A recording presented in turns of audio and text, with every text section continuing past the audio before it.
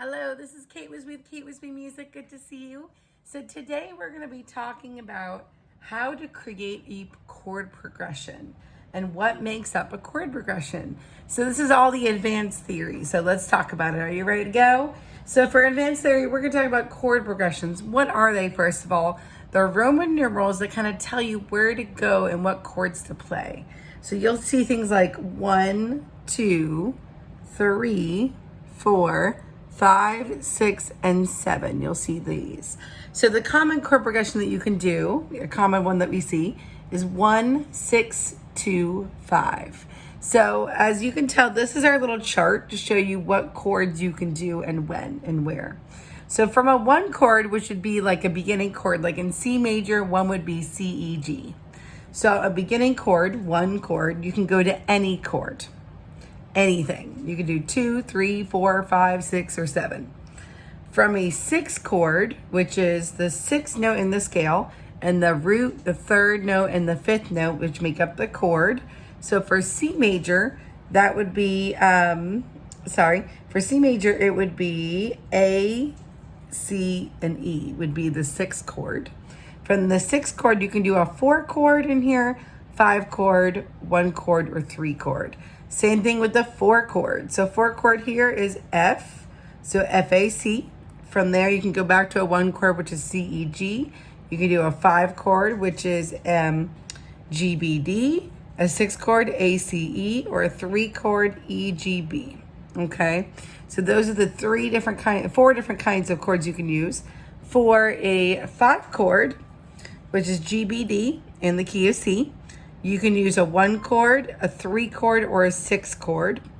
For a 3 chord, you can go use that to a 6 chord, 1 chord, 4 chord, or 3 chord. And 3 chord would be like E, G, B. And you could be going to a 6 chord like this, which is A, C, E. This is on the key of C major. Or you could have a 2 chord, which would be D, F, and A. And it could go into a 5 chord, a 6 chord, or 3 chord. Now, one thing you notice, you're looking at this, it looks a little chaotic. And the first thing that we see is that some of them are uppercase, while others are lowercase. What does that mean and why, right? So that one there means that it's uppercase. As you see that it's uppercase, it is a major chord. So when you play it, let's play it in C major. C, E, G make up a 1 chord. It's major. The 2 chord, as you can see, is lowercase, which means it is a minor chord. So if you do it, that's a minor chord, D minor. If you were to make it into a major 2, it would sound like that, but it is a minor 2. Yep, there you go. So then the next one is going to be a minor 3rd. So the 3rd chord is E, G, B in the key of C. If it was major, it'd be a G sharp there. But it's not, it's minor. So it's E, G, B. Now we have a 4 chord, which is F-A-C. As you can tell, it's a major chord. You're good to go. That's why it's uppercase. The next one is a 6 chord. As you can tell, it's also a major, so you're good to go. The next one, you can see it's a minor chord because it's lowercase, and it's a 6 chord. A, C, E in the key of C major. If you wanted to make it major, it'd be a C sharp, A, C sharp, E. But it's minor, so it's A, C, E, C sharp. I mean, not C sharp, I'm sorry, A, C, E. The last one we're gonna do is a diminished chord. So it's gonna sound even a little bit more funny. That is a diminished chord, that's B, D, F. If you want it to be major, it would be, right? It would mean for this, because it is minor, the 3rd is lowered, and so is the 5th note is lowered to make it diminish. To make a diminished chord. There you go. So as you can tell, you take the root of it, the 3rd note, and the 5th note in it to make the chord for whatever we're working on. So from here, I did a little triad spelling.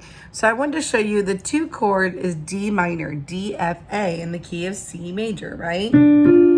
D, F, A, and that's in the key of C major. If you were to do the triad spelling, 1 would be C, C, E, G, 2 is D, 3 is E, right? 4 is F, 5 is G, 6 is A, 7 is B. So you need to find the 3 notes that make up the 2 chord in C major, which is D. So then a third up is F, and then another third up on the 6th note of the scale is A. So this makes up 2 chord in C major. So after that, I wanted to finish off with something really fun. We're gonna do samples of what they look like. So for this one, we're gonna do a C major. We're all doing this in C major to make it easy for you guys today. For C major, we're gonna do the 6th chord. If you count up 6 notes, C, D, E, F, G, A, it would be an A minor chord. So that's your 6th chord. Now you're gonna do your 5 chord, right? Your 5 chord, which I wrote as G major. You count up C, D, E, F, G, 5th note, G, B, D. Now you're gonna do your 4 chord, count up 4, C, D, E, F. And now you're gonna do your 3rd one, C, D, E. And as you can tell, it's minor, so it's E, G, B. So in total, this is what you'll get. 6, 5, 4, 3. Now you won't really see it in that pattern ever. That's kind of an odd pattern. Usually it starts off with 1 and then goes to 4 or 5 or even 6 and then ends up back in 1. But you never know. Or sometimes it'll end on 5, 7 if it's a deceived chord, which we're going to talk about later. The next one we're going to do is 2, 1. I'm going to reverse this. We're going to do 1, 2, 6, 4. So this one, you're going to start with 1, which is C, E, G. Then 2, which is you start with D, right? And then you have 6, which is A. And then you have the 4 chord, it's the F chord. So I hope that was a little helpful hint. If you'd like to learn more or understand more about chord progressions, please email me at katewisbymusic@gmail.com.